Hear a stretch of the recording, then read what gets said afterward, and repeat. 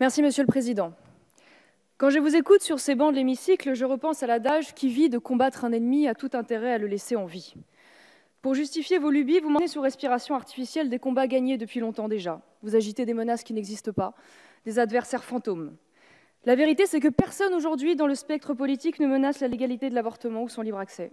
C'est vous qui régulièrement, trop régulièrement sûrement, réactivez les débats sociétaux, probablement pour masquer d'ailleurs vos lamentables échecs sur le plan économique et en particulier sur la situation précaire de beaucoup de femmes et de mamans seules. La réalité, c'est que vous êtes des féministes ringardes, les dinosaures politiques d'un temps 68 art révolu. Aujourd'hui, et c'est heureux, il serait temps de vous en rendre compte, les femmes peuvent voter, elles peuvent travailler ou ne pas travailler, elles peuvent se marier, elles peuvent divorcer, elles peuvent prendre des contraceptifs, elles peuvent avorter si elles le souhaitent. Ce qui est moins heureux en revanche, c'est que beaucoup de femmes avortent pour des raisons économiques. 47% selon un sondage IFOP de 2010. Un choix subi auquel vous n'apportez aucune solution, vous n'en parlez même pas d'ailleurs. Non, Madame le Ministre, l'alternative à l'IVG, ce n'est pas uniquement, je vous cite, une grossesse non désirée menée à son terme. Cela peut aussi être une femme qui a le bonheur de pouvoir garder un enfant en évitant un avortement subi parce qu'elle a su trouver l'accompagnement et l'encadrement nécessaires. Je vous le dis et je le pense sincèrement, vous êtes la honte du combat des femmes. Obsédées par la couleur du cartable, le sexisme de la grammaire, le jouet rose des Kinder, la répartition du temps de vaisselle dans le couple. Complètement à côté de la plaque, complètement à côté des vraies menaces qui planent aujourd'hui sur la liberté des femmes.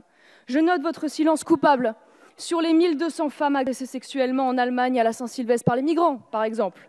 Je pense à votre silence sur la charia, la loi islamique qui s'applique aujourd'hui dans certains quartiers de France et qui interdit aux femmes les libertés les plus élémentaires.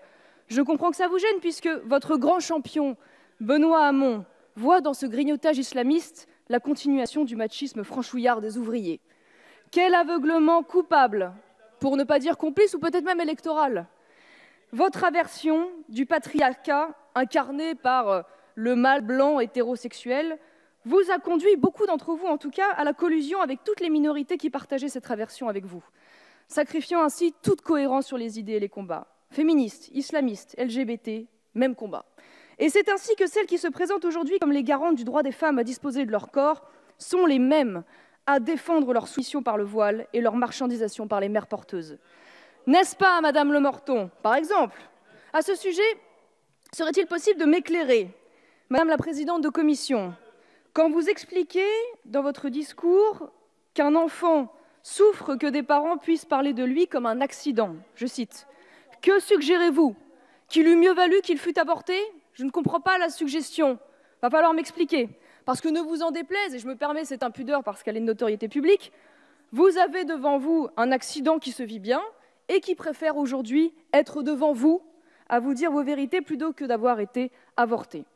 Alors enfin, puisque vous en faites le reproche aux hommes élus sur ces bancs, moi je suis une femme et je vous le dis, ce texte contre les femmes et contre la liberté d'expression, ce ne sera certainement pas en mon nom.